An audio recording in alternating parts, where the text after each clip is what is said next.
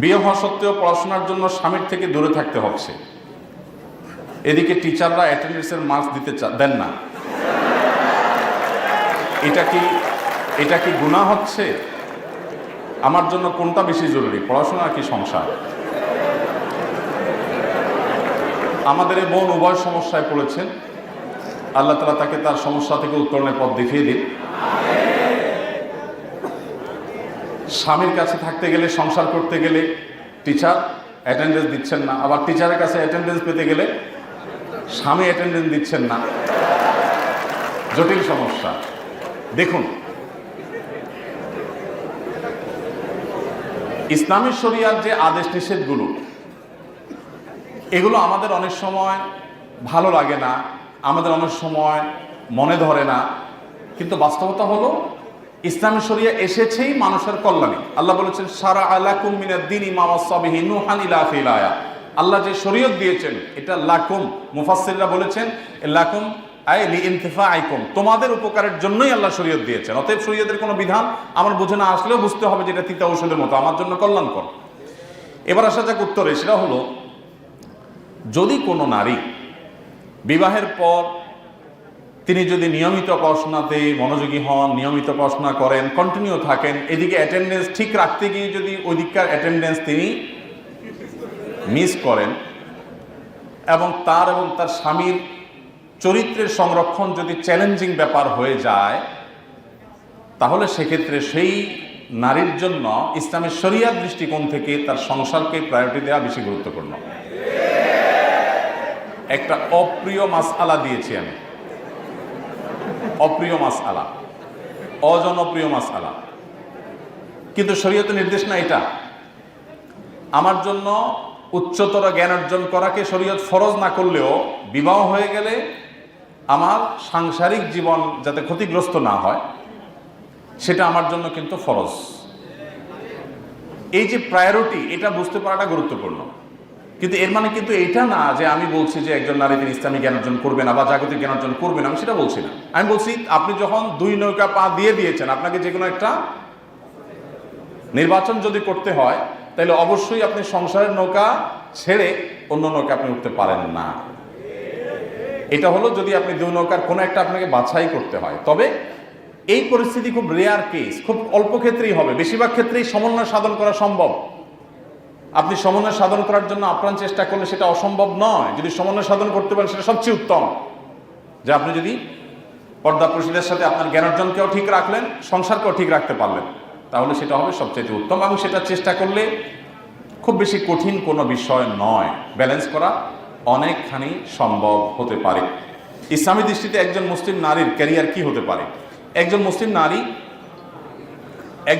নারী কোরআনের নির্দেশনা আলোকে মূলত তিনি মুসলিম সমাজের পুরো ভেতর সাইডটা দেখাশোনা করবেন, অর্থাৎ স্বরাষ্ট্র ডিপার্টমেন্টটা পরিপূর্ণভাবে ট্যাকেল দিবেন একজন নারী। একটা রাষ্ট্রের সবচেয়ে গুরুত্বপূর্ণ ডিপার্টমেন্টের নাম কি? স্বরাষ্ট্র ডিপার্টমেন্ট। স্বরাষ্ট্র বিভাগের চাইতে গুরুত্বপূর্ণ কোনো বিভাগ থাকে দেশে? সাধারণত দেশের সবচেয়ে গুরুত্বপূর্ণ বিভাগগুলোর মধ্যে একেবারে শীর্ষে থাকে কোনটা? স্বরাষ্ট্র। আল্লাহ সুবহানাহু ওয়া তাআলা বলেছেন ওয়াকারনা ফি বুয়ুতিকুন্না, নারীরা স্বরাষ্ট্র ডিপার্টমেন্টটা দেখবেন, দেখভাল করবেন। এবং তারা মূলত ডাক্তার, ইঞ্জিনিয়ার, গবেষক, আলেম, দায়ী, শাসক, রাজনীতিকের জন্ম দিবেন এবং তাদেরকে গড়ে তুলবেন।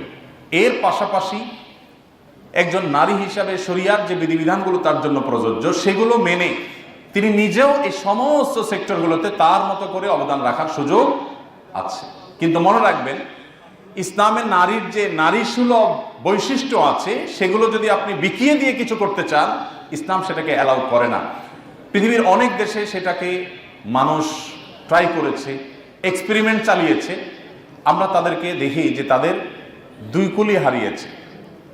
তাদের ঘরের ভেতরের যে সুখ সেটা শেষ হয়ে গেছে, আর বাহিরেও যে নারী খুব বেশি সেফ বা নিরাপদে আছেন তা কিন্তু নয়। পত্রপত্রিকার রিপোর্টগুলো ঘাটলে আমরা দেখতে পাবো। এই জন্য একজন নারী তিনি তার ক্যারিয়ারকে অবশ্যই জাগতিক সব বিষয় আশয়ের সাথে সংশ্লিষ্ট করে তিনি অগ্রসর হতে পারেন, কিন্তু তার যে নারী সুলভ শরিয়ার নির্দেশনাগুলো আছে সেগুলোকে পরিপূর্ণভাবে মেনে তারপর যদি সম্ভব হয় করবেন।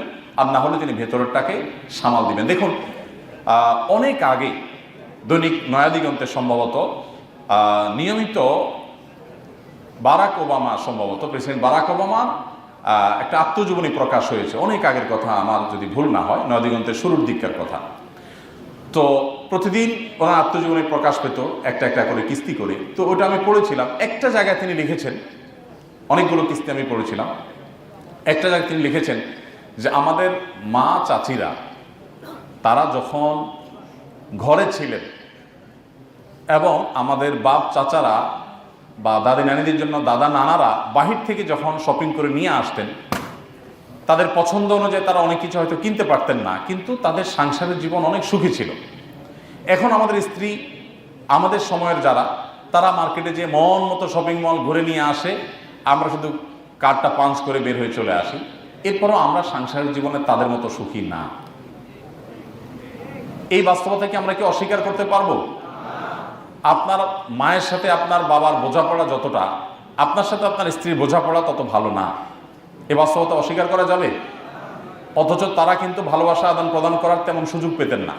বিশেষ করে গ্রামে যারা বেড়ে উঠেছেন, সেই ভোরে বেচারা পুরুষ বের হয়ে গেছে, রাতে বাসায় ফিরেছেন, এসার পরে খাওয়া দাওয়া হয়েছে, সবাই যার যার কক্ষে গেছে, তারপর স্ত্রীর চেহারাটা তাও দেখতে পারছে কিনা সন্দেহ। কারণ কারেন্ট ছিল না, হারিকেন বন্ধ করা। আর এখন সুবহানাল্লাহ, আপনি বিয়ে করেছেন, আপনার স্ত্রীর সাথে আপনি হোয়াটসঅ্যাপে তাকে ভালোবাসার মেসেজ পাঠাচ্ছেন, মেসেঞ্জারে পাঠাচ্ছেন, মোবাইলে কল করছেন, ভিডিও কল করছেন, বাহিরে যাচ্ছেন, ভেতরে থাকছেন, কাপড় চোপড় একটা জায়গায় 5টা কিনে দিচ্ছেন, চাইনিজ তো খাওয়াচ্ছেন, থাই খাওয়াচ্ছেন, ইন্ডিয়ান খাওয়াচ্ছেন। এত কাহিনী করার পরও ভালোবাসা যেন কোনোভাবে জমে না।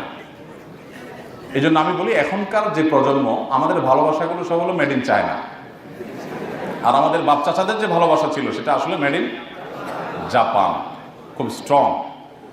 তো এই কথা বলার উদ্দেশ্য হলো যে একজন নারী, একজন মা, তিনি যদি মনে করেন যে না, আমি ওয়েস্টার্ন কালচার দ্বারা প্রভাবিত হয়ে যা খুশি তা করব, তাহলে তাদের মতো আম এবং ছালা দুইটাই হারাইতে হবে।